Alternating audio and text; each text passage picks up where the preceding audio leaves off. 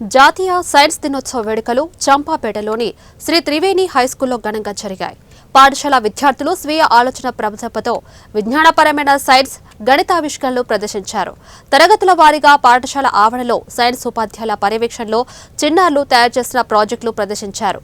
Sir C V Raman 1928 ఫిబ్రవరి 28న Raman effect ఆవిష్కరించిన సందర్భంగా అదే రోజును భారత ప్రభుత్వం జాతీయ సైన్స్ దినోత్సవంగా ప్రకటించిందని విద్యార్థులు వివరించారు. ఆయన పరిశోధనకు 1930లో నోబెల్ బహుమతి కూడా వచ్చిందన్నారు. భద్రాద్రి కొత్తగూడెం జిల్లా అశ్వారావుపేట ఆంధ్ర సరిహద్దుల్లో సివిల్ సప్లై టాస్క్ ఫోర్స్ సిబ్బంది తనిఖీలు చేపట్టింది. తెలంగాణ రైస్ మిల్లుల నుంచి ఆంధ్రకు ప్రభుత్వం బియ్యం తరలిపోతుందని సమాచారం రావడంతో అడిషనల్ ఎస్పీ ప్రభాకర్ నేతృత్వంలో వాహన తనిఖీలు చేపట్టారు. నల్గొండ, మిర్యాలగూడ, సుల్తానాబాద్, కరీంనగర్ జిల్లాల నుంచి ఆంధ్రకు రవాణా అవుతున్న 12 బియ్యం లారీలను అదుపులోకి తీసుకున్నారు. తెలంగాణలో ప్యాడీ పర్మిషన్ తీసుకుని కొనుగోలు కేంద్రాల నుంచి ధాన్యాన్ని సేకరించి ప్రభుత్వ గిడ్డంగులకు పంపకుండా దొడ్డిదారిన ఆంధ్రకు తరలిస్తున్నారా అనే కోణంలో అధికారులు విచారణ చేపట్టారు. ఈ తెలంగాణ రాష్ట్రంలో మన సరిహద్దు రాష్ట్రాల దగ్గర ఈ తనిఖీ చేయడం జరుగుతుంది.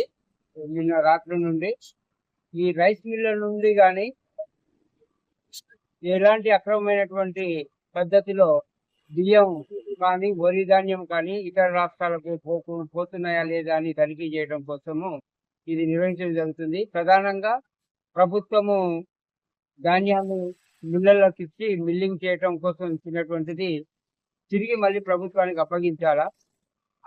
బయటికి పోతున్నటువంటి బియ్యంలో దాంట్లో ప్రభుత్వ ధాన్యాన్ని ఏమైనా ఉపయోగించారా, లేకపోతే మిల్లర్లు వాళ్ళు కొనుక్కున్నటువంటి ధాన్యాన్ని ప్రైవేట్ పరంగా వ్యాపార పరంగా బయటికి పంపిస్తున్నారనేది తనిఖీ చేయటం యొక్క ప్రధాన ఉద్దేశము. దానిలో భాగంగానే ఈరోజు దాదాపు ఒక 12 లారీలు ఆపి మళ్ళీ జిల్లా అధికారులతో సంప్రదిస్తూ ఆ మిల్లుల నుంచి సమాచారం సేకరిస్తున్నాము. ఏదైతే క్లియర్ గా ఉన్నాయో, ఏ రైస్ మిల్ అయితే పూర్తిగా గవర్నమెంట్ కు చెల్లించాల్సినటువంటి ధాన్యాన్ని 100% డెలివరీ చేసినటువంటి మిల్లులకు సంబంధించిన సమాచారం అందిన వెంటనే అటు లారీల్ని పంపిస్తున్నాము.